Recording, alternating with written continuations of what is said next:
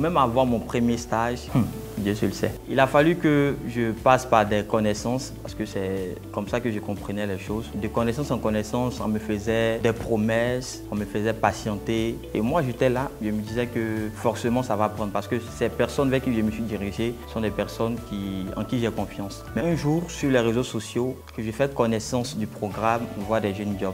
Et je décide donc de participer à cette première rencontre, je crois qu'il y a eu lieu au plateau. Voilà. Et au sortir de cette première rencontre, je décide donc de me lancer dans cette aventure qui est Voix des jeunes jobs.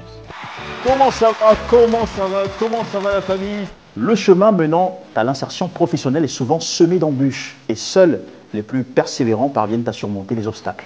Cependant, lorsqu'on croise sur ce chemin un projet de formation et d'encadrement qui agit tel un bon samaritain, nous aidant à affiner nos compétences et notre candidature pour décrocher un emploi de qualité, alors notre cœur ne peut être qu'empli de gratitude. Dans cet épisode de Voix des jeunes jobs, nous allons découvrir l'histoire inspirante d'une jeune Ivoirienne qui, à force de détermination, d'assiduité, a fini par décrocher une opportunité d'emploi. Regarde. Je suis Boussari Marie-Joseph, titulaire d'un master en comptabilité, audit et contrôle de gestion. Je suis également assistante comptable et administrative. Après l'obtention de mon diplôme en 2023, ça n'a vraiment pas été facile parce que j'ai eu à postuler plusieurs fois et j'ai même eu des entretiens qui n'ont pas abouti. D'abord, savoir que je suis bénévole dans différents organismes et je découvre le projet Voix des jeunes jobs sur une plateforme de mon organisme de bénévolat. Je découvre le projet. Étant à la maison, je ne faisais rien et tout. Je décide de participer à la première activité, c'est-à-dire au lancement du projet qui s'est tenu au plateau. Les auditions se sont bien passées, bien vrai que c'était stressant. Oui, pour moi, bien évidemment, pour moi, c'était stressant. Voilà. Mais grâce à Dieu, ça s'est bien passé. Et j'étais vraiment heureuse de voir le mail. Félicitations, vous êtes retenu pour le projet. Et voilà. Sur 1000 candidats, quand j'ai vu que j'étais parmi les 60 bénéficiaires, c'était vraiment un sentiment incroyable de satisfaction pour moi. Après la phase de sélection, il y a eu la phase des formations. Et les formations se sont plus ou moins bien déroulées. Bien vrai que je n'ai pas assisté à toutes les formations, mais les formations auxquelles j'ai eu à assister ont été vraiment bénéfiques pour moi. Les formations m'ont beaucoup aidée parce qu'au sortir de ces formations, j'ai eu un emploi d'assistante comptable et administrative.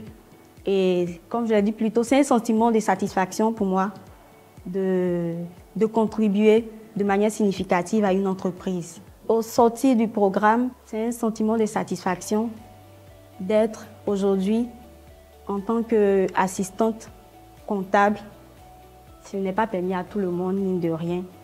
Et quand je regarde mon parcours d'aujourd'hui et avant, où j'étais tout le temps dans les entretiens qui n'aboutissaient pas et les milliers de postules par jour, je peux dire que je suis vraiment très heureuse et reconnaissante.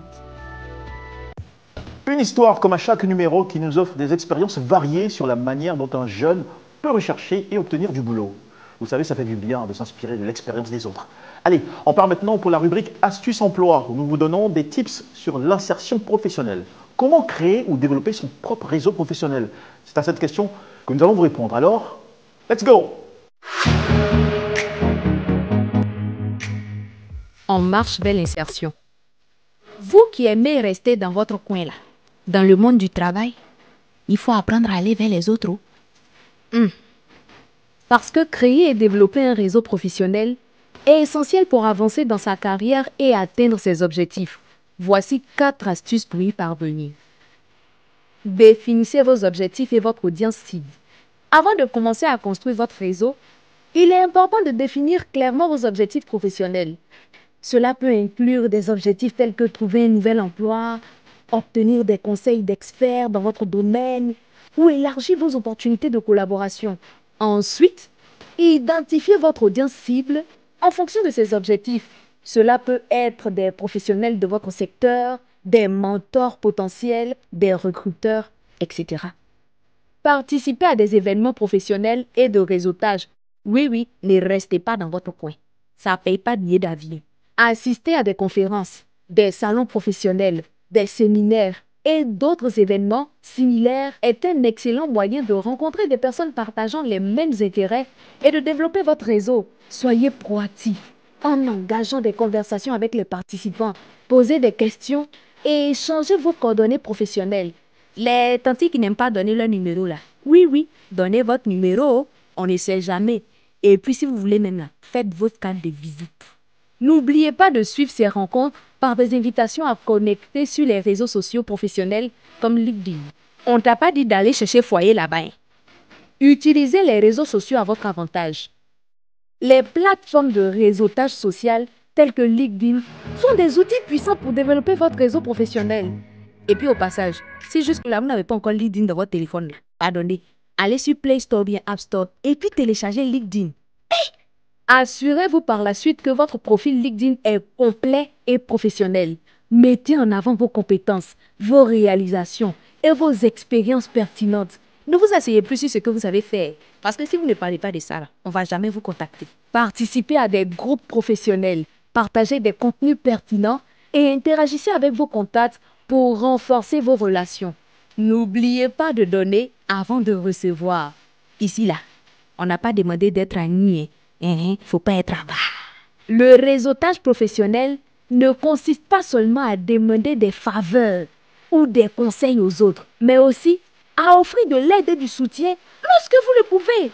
Soyez prêts à partager vos connaissances, vos ressources et vos contacts. Oh, arrêtez de garder les bons contacts pour vous seul. Oui, oui, partagez vos contacts avec les membres de votre réseau. Cette approche de donner avant de recevoir renforce des liens professionnels et crée une dynamique positive au sein de votre réseau. En suivant ces astuces et en restant cohérent dans vos efforts de réseautage, vous pourrez créer et développer un réseau professionnel solide comme caillou qui vous aidera à atteindre vos objectifs de carrière. Et voilà, c'était tout pour ce numéro. Rappelez-vous, construire un réseau professionnel solide peut ouvrir de nombreuses portes. Alors, commencez dès aujourd'hui à élargir votre cercle de contacts et à cultiver des relations stratégiques. Rendez-vous au prochain épisode pour encore plus de conseils pratiques afin de réussir votre insertion professionnelle. Et n'oubliez pas, en attendant, votre succès est lié à chaque connexion que vous faites. À bientôt.